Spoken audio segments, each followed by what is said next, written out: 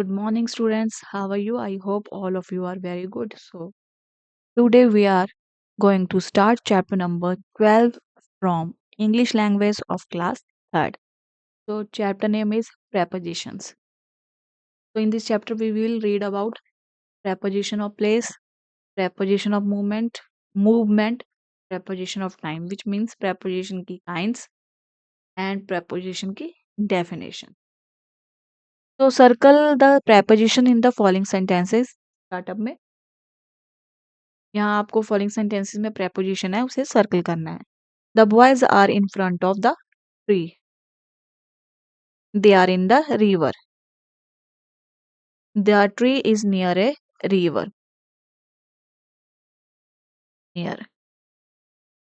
So let's learn. A preposition is a word that links a noun or pronoun to other words in a sentence. Preposition वो शब्द होते हैं जो sentence में noun और pronoun को लिंक करते हैं अदर वर्ड्स के साथ। Look at the picture and read the sentence. The children are with their grandmother. The cat is sitting on chair. The boys are in the class. In the given sentences, on show the position between the cat and the chair.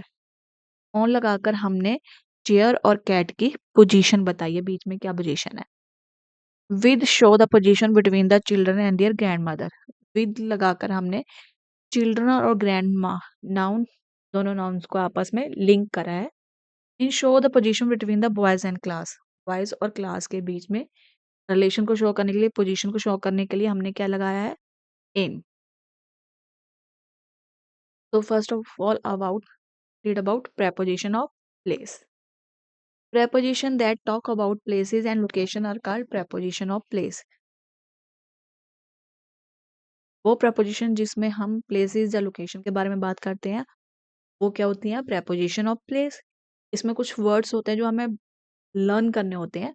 in, on, under, behind, between, over, in front of, beside and against are some of the preposition of place. For example, the cat is sitting under the tree. काऊ जो है कहाँ बैठी हुई है?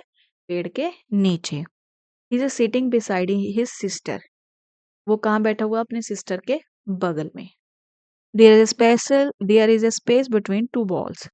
वहाँ दो दीवारों के बीच में क्या है? स्पेस। तो यहाँ पर हमें प्लेस और लोकेशन के बारे में बताया जाता है, वो होती है प्रेपोजिशन ऑफ प्लेस। नेक्स्ट है preposition of time. Preposition that show time are called preposition of time. Preposition जिसमें हमें टाइम को शो करना होता है वो प्रेपोजिशन ऑफ टाइम होती है। इसको भी हमें लर्न करना होता है। In, on, at. I have a meeting at 9 AM. Do you work on Tuesday? In Kashmir it often snow in January. यहाँ पर टाइम मेंशन है जनवरी के साथ इन, डेज के साथ ऑन, टाइम के साथ at. Fact 5. The preposition at used with definite points of time. जहाँ आपको डेफिनेट टाइम दिया हो वहां आप क्या लगाओगे? एट। जैसे at noon, at night, at 10 PM। Exact timing है।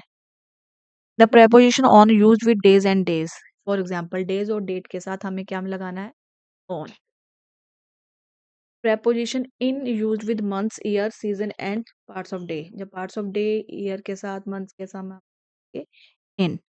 In December in 2013, in winter in the evening. Preposition of movement. Preposition that show movement or to or from a place are called preposition of movement. Preposition जहाँ पर movement show की जाती है एक से दूसरी जगह तक उसे हम कहते हैं preposition of movement.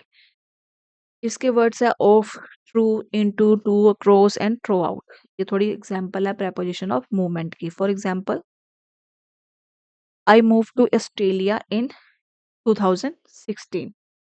The train went through the tunnel. He swam across the river. तो यहाँ पर मूवमेंट बताई गई है और ये सेंटेंसेस किससे रिलेटेड है? प्रेपोजिशन ऑफ मूवमेंट से। Important notes points. Preposition is word that links a noun or pronoun to other words in a sentence. Prepositions that talk about places and location are called preposition of place. Prepositions that show time are called preposition of time. The preposition at is used with definite points of time. The prepositions on is used with days and dates. Preposition in is used with months, years, season, and with parts of day. Preposition that show movement to or from a place are called preposition of movement. I hope आपको ये chapter अच्छा लगा होगा। Thank you.